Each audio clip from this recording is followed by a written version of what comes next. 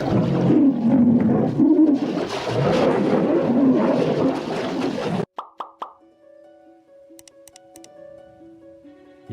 versus tiger. Lions and tigers are the best of the best predators in the wild. But who is the real king of the jungle? Is it the lion or the tiger? So in this video, we will see who is gonna be the real king of the jungle and the reasons why they are. Muscularity. There is no doubt these two animals are both muscular. As a predator and hunters, being strong and muscular are needed in order for them to survive in the wildlife. A fully grown lion can weigh up to 550 pounds or 250 kilograms and 60% of pure muscles. Yes, they are muscular, but the density of their muscle is still smaller compared to the muscle density of a tiger, which is really important. A fully grown tiger can weigh up to 800 pounds or 360 kilograms and 60 to 70% of bigger and stronger muscles than lions. That's a 110 kilograms difference from the lion's weight.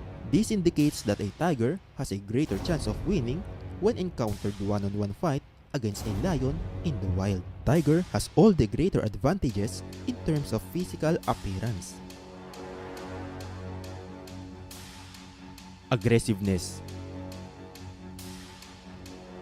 Lions, of course, is an aggressive animals. They are wild animals and not considered as pets like dogs that can be tamed. But at some point, their aggressiveness has an exemptions. Lions are social animals and they cannot live alone. They live in a group of pride where they belong and as a pride. They hunt their prey together as a group, which makes it easier to catch their prey.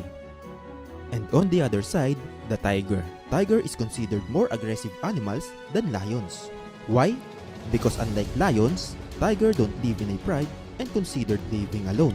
They need to be very aggressive and stronger because unlike lions, they hunt their prey alone, which makes it more dangerous in compared of how lions hunt their prey.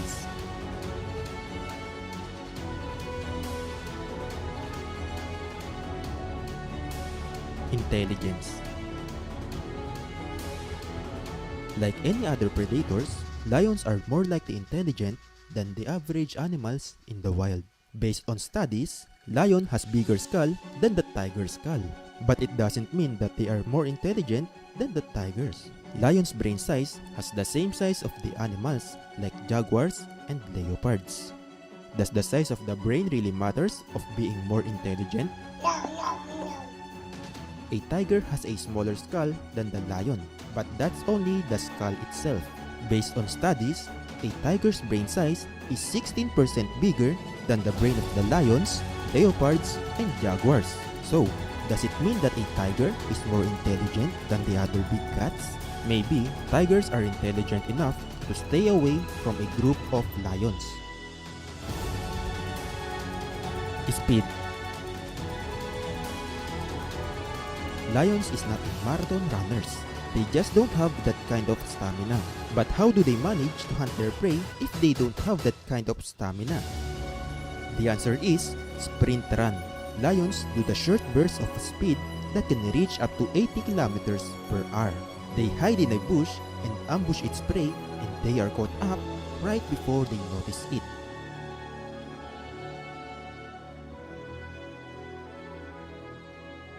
A tiger is much bigger and heavier than a lion. That's why they can only run with a speed that can only reach from 49 up to 65 kilometers per hour of a short burst. Not as fast as a lion's speed. Reasonable enough because lions are 100 to 110 kilos lighter than a tiger. So speed goes to lion. Hunting skills. Lions are nocturnal hunters. It means that they usually hunt at night while their prey are sleeping. As a nocturnal hunters, they can see things around at night like a night vision, while their prey cannot, which makes it harder for their prey to see them. They usually hunt not alone but as a group, which makes it a lot more easier and less likely to be dangerous of hunting big prey. Like lions, tigers are nocturnal hunters too. They also usually hunt at night while their prey are sleeping. But the difference of how the tigers hunt their prey compared to the lions is that the tiger hunts alone and not as a group, which is a lot more harder and much more dangerous. So for hunting skills, I think it goes for the tigers. King of the jungle. Lions are known as the king of the jungle. They are strong and powerful predators in the jungle. But being the king of the jungle doesn't mean that they are the strongest predators in the wild. Yes, they are the king of the jungle just because they are a group of packs. But as an individual animals, we consider the tiger to be the real king of the jungle.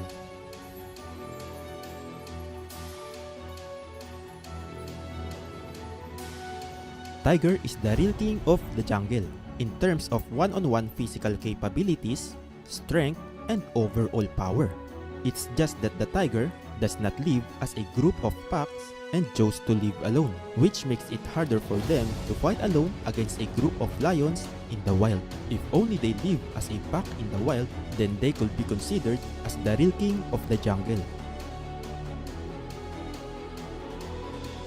Lifespan. The average lifespan of a lion is quite short, but it depends on their habitats. The average lifespan of a lion who lives in the wild ranges at about 10 years up to 15 years. A lion living in the zoo can live from 15 years up to 20 years due to the fact that their life is a lot more safer in the zoo in compared to living in the wild.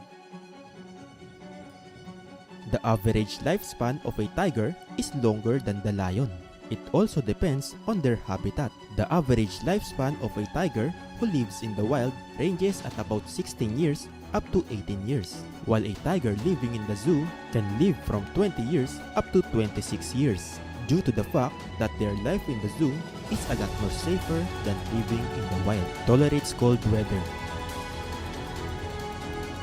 Lion's body has the capability to adjust in their surroundings and adapt in a cold weather climates.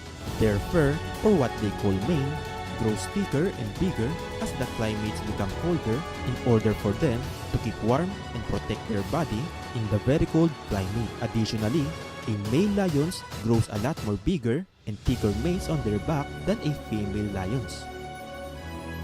Tiger as a whole species have an extremely broad range of habitats, depending on what type of tiger it is. Tigers are highly adaptable animals. Usually, a Siberian tiger who lives in Siberia, which has a very cold climate, adapts on its very cold weather. Siberian tigers has bigger, thicker, and denser fur than tigers who is not normally living in a cold weather climates. Tolerates hot weather. Lion adapts well in hot weather. They just like the hot weather than the cold weather. Plus, most of their prey lives in hot weather, like zebra, water buffalo, warthogs, and many more. During the summertime, lion's fur grows a lot more thinner and less denser in order for them to adapt in the hot weather. Lions do panting in order for them to cool down their body temperature and not overheat. Tigers can either live in cold or hot weather. Like I've said before, tigers are highly adaptable animals. It really depends of what kind of tiger it was. A Bengal tiger who lives in India, which has a hot climate, this kind of tiger grows a lot more thinner and less denser fur in order for them to adapt in the hot weather in India. Bite force. A fully grown lion has a bite force that can only reach up to 650 psi. Their bite force is considerably weak when compared to the bite force of other big cats like tiger or jaguar.